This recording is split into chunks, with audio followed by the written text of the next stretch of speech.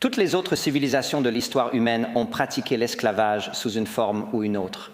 La conversation n'est pas très intéressante. Regarde, quelqu'un aurait transporté, une fois qu'ils ont eu la technologie, tu sais, des centaines de millions d'Africains chez eux pour créer des plantations de sucre ou, tu sais, des plantations de coton. Ce n'est pas vrai.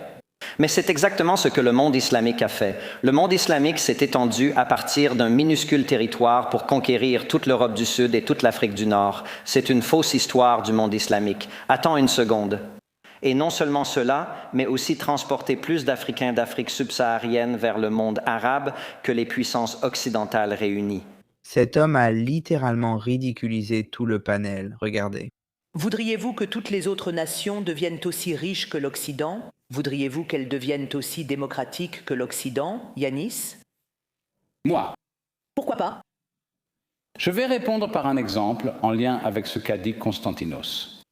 Que, vous savez, la racaille là-bas, en dehors de l'Occident, meurt d'envie de venir sur nos côtes, et donc cela signifie que nous sommes civilisés et que nous sommes meilleurs. Prenons la République démocratique du Congo. Le roi de Belgique y a créé une colonie d'esclaves pendant 30 ans, puis elle a été reprise par l'État belge pendant 40 ans. Lors de l'indépendance, la CIA a assassiné leur premier président. Et aujourd'hui, Glencore, l'une de nos grandes entreprises, extrait toutes sortes de dérivés de cobalt et ainsi de suite, sans rien donner au peuple de la République du Congo. J'aimerais vivre en Occident, qui ne parasite pas les peuples, qui ensuite les dénigre en les traitant de racailles. Et vous voulez venir dans un beau jardin. Et c'est pourquoi, vous savez, et donc notre rêve est de vous empêcher de venir, ce qui est votre rêve. D'accord, non, mais moi, d'une certaine façon.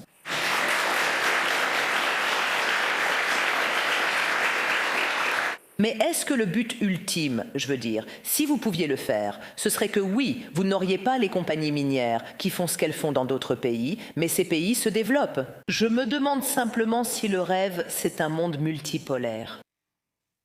Oui, tout à fait. Le rêve, c'est d'avoir de la coopération, de la solidarité et un véritable développement pour tous ceux qui vivent sur cette planète. Et le pays du lait et du miel aussi. Nous devons l'avoir. Alors, Constantin, c'est aussi ce que tu dirais. Eh bien, laisse-moi. Nous n'avons qu'une heure et 40 minutes. Alors, je vais être bref. Le monde multipolaire, est-ce quelque chose que vous devriez dire? Le monde multipolaire est une idée atroce dont les conséquences seront exactement les mêmes que celles que l'on observe lorsqu'on voit un monde multipolaire à l'intérieur d'un seul pays. Ce pays, c'est le Mexique. Le Mexique est contrôlé par un grand nombre de cartels. Et lorsqu'un d'entre eux est éliminé, il s'ensuit à nouveau une lutte chaotique pour la domination. Et le monde multipolaire mènera inévitablement à une conflagration car quelqu'un doit être au sommet. C'est inévitable. Et quelqu'un doit être au sommet. Le point de Yanis sur la coopération est excellent, mais pour prédire le comportement humain, il faut observer celui du passé. C'est quand cette époque où tout le monde demandait simplement au gouvernement de rétablir l'esclavage, puisque presque toutes les sociétés pratiquaient encore l'esclavage il y a 200 ans. Puisque nous parlons d'esclavage, puis-je répondre à ce que Yanis a répété plusieurs fois? Je pense que c'est important. Ce qu'il a dit sur scène pendant sa présentation est tout à fait vrai, à savoir que beaucoup des richesses des sociétés occidentales sont le produit des ressources qui ont été prises dans d'autres parties du monde. Ce que je crains que cette analyse ne manque, c'est le fait qu'à cette époque, comme à l'époque actuelle, le monde entier était en concurrence selon ce même modèle. La seule raison pour laquelle les puissances européennes ont pu être aussi efficaces, c'est qu'elles avaient une technologie supérieure, une technologie vraiment avancée. Ce n'est pas vrai. La Chine avait une technologie bien plus avancée. Et ils n'étaient pas impérialistes. Yanis, attends un instant. Je te donnerai ensuite la parole pour répondre. Laissons Constantine présenter son point. Il est factuellement correct. Nous avons 1h40, je crois. C'est seulement l'Europe qui a cherché à détruire, à annexer. Oui. Ouais, d'accord. On vient juste de commencer. Constantine, c'est trop. Je suis aussi un peu grec, donc c'est de la violence entre grecs ici. Va droit au but, sinon, eh bien... J'aurai besoin de temps pour en venir au fait, surtout si on m'interrompt. Donc, toutes les autres civilisations de l'histoire humaine ont pratiqué l'esclavage sous une forme ou une autre. Toutes les civilisations, y compris les Amérindiens, réduisaient en esclavage les autres et tous ceux qu'ils trouvaient. La traite des esclaves arabes du Moyen-Orient à travers le Sahara et le désert était pire et a duré plus longtemps que la traite transatlantique des esclaves. Et tous les autres grands empires de l'histoire ont tenté de pratiquer l'esclavage du mieux qu'ils pouvaient pour faire exactement ce que Yanis reproche à juste titre aux puissances occidentales. L'Occident a réussi dans ce domaine grâce à son avance technologique, lui permettant de transporter des personnes à travers les océans, contrairement aux autres civilisations de l'époque. Donc oui, il est vrai que l'histoire occidentale est faite de colonialisme et d'esclavage, mais c'est uniquement parce que nous étions meilleurs dans ce domaine que les autres peuples. C'est la seule raison de notre situation actuelle. Je reviens à la question précise et je viens vers vous dans 1 minute. Oui.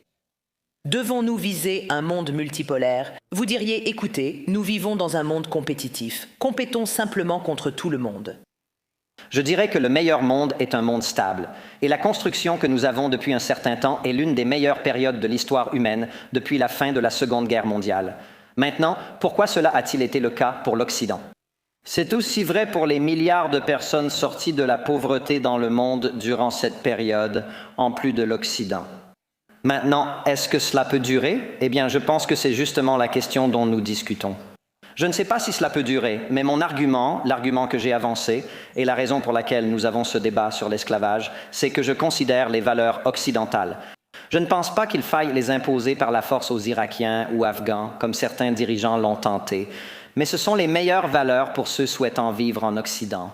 Et nous devrions les préserver autant que possible. Et d'autres personnes pourraient également souhaiter adhérer à cette vision du monde. La conversation n'est pas particulièrement intéressante, à vrai dire. Écoute, quelqu'un aurait transporté, une fois qu'ils ont eu la technologie, tu sais, des centaines de millions d'Africains vers leur pays afin de créer des plantations de sucre ou, tu sais, des plantations de coton. Ce n'est pas vrai. Mais c'est exactement ce que le monde islamique a fait. Le monde islamique s'est étendu à partir d'une toute petite région pour conquérir toute l'Europe du Sud et toute l'Afrique du Nord. Afrique, cette histoire du monde islamique est fausse. Attends. Et non seulement cela, mais aussi pour transporter plus d'Africains d'Afrique subsaharienne vers le monde arabe que toutes les puissances occidentales réunies.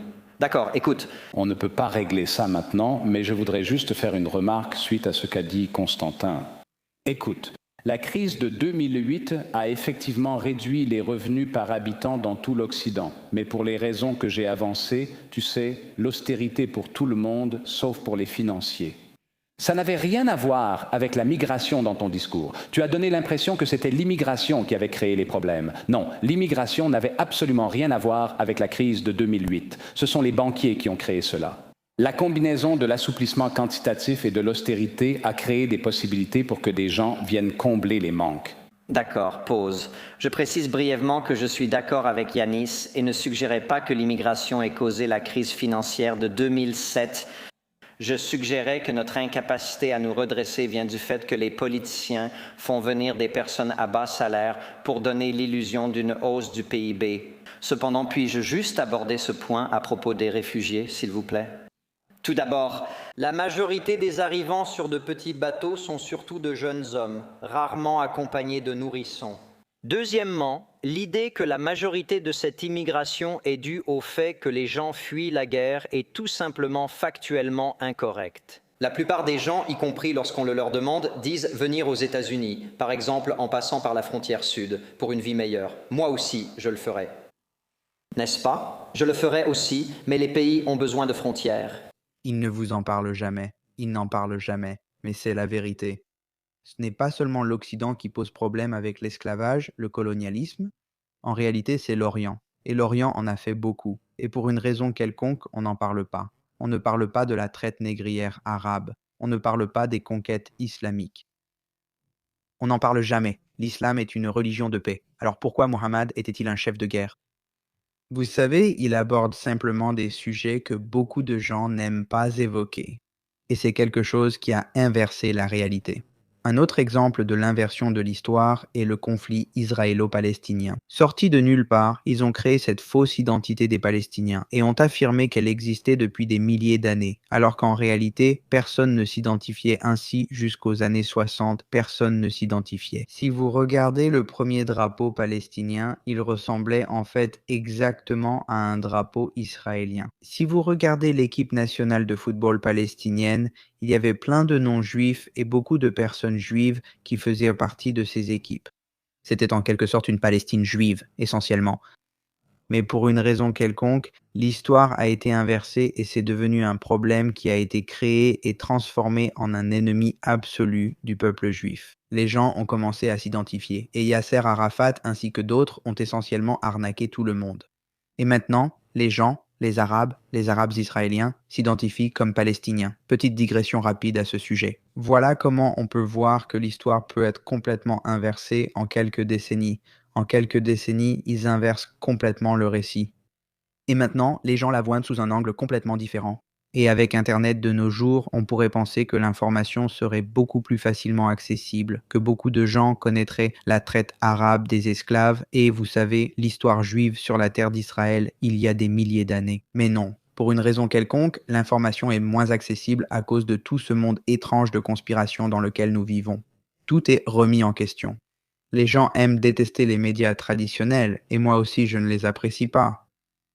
D'une certaine manière, ils étaient en quelque sorte un rempart contre la folie totale.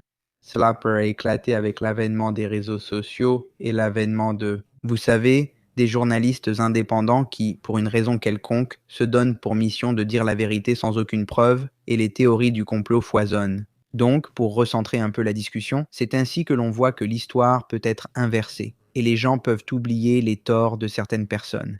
Et les autres, les soi-disant torts d'autres personnes, peuvent être complètement exagérés, vous savez, amplifiés au point que cela en devient absurde. Ce n'est pas la version de ce qui s'est réellement passé à l'époque. Pour en savoir plus, abonnez-vous à la chaîne. Si vous voulez nous aider à réaliser plus de ces vidéos, vous pouvez aller sur buymecoffee.com/JewishUncensored. Merci d'avoir regardé et je vous dis à la prochaine. Si vous croyez en notre travail chez Jewish Uncensored, soutenez-nous de diverses façons. Vous pouvez nous soutenir financièrement en allant sur buymecoffee.com/JewishUncensored, buymecoffee.com, JewishUncensored. Vous pouvez également visiter notre nouvelle boutique de produits dérivés, israeluncensored.com, où nous venons de lancer plein de nouveaux articles. De plus, pour accéder à du contenu exclusif, vous pouvez aller dans l'onglet Adhésion sur cette chaîne et vous y inscrire. Et enfin, vous pouvez partager cette vidéo avec votre famille et vos amis afin de diffuser ce message dans le monde entier. Merci beaucoup pour votre soutien.